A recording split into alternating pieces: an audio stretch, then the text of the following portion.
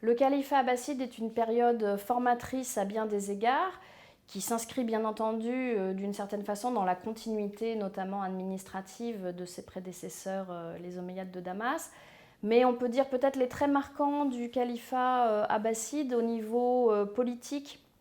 C'est vraiment la centralisation de l'empire, le développement de l'administration, le développement d'un système fiscal qui quadrille le territoire pour assurer la régularité des rentrées fiscales, mais aussi assez rapidement, dès le règne de Haroun al-Rachid, c'est une fragmentation, un morcellement du territoire, puisque très rapidement, certaines régions qui appartenaient dans les premières décennies à l'Empire abbasside vont se déclarer autonomes, voire indépendantes, voire pour certaines rebelles et hostiles à l'État central des Abbassides.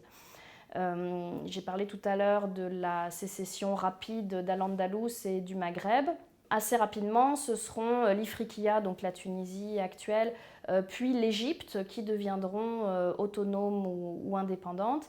Et de même en Iran, un certain nombre de dynasties locales voient le jour et imposent leur présence, sans forcément d'ailleurs, disons, critiquer la présence des Abbassides, où ce sont des dynasties, pour un certain nombre d'entre elles, qui sont des dynasties sunnites, qui s'inscrivent dans la légitimité de ce califat, mais qui gouvernent de façon autonome ces régions-là. Ça veut dire que ce sont ces dynasties qui prélèvent l'impôt, qui ont leurs propres armées, qui assurent le contrôle de leur territoire, etc.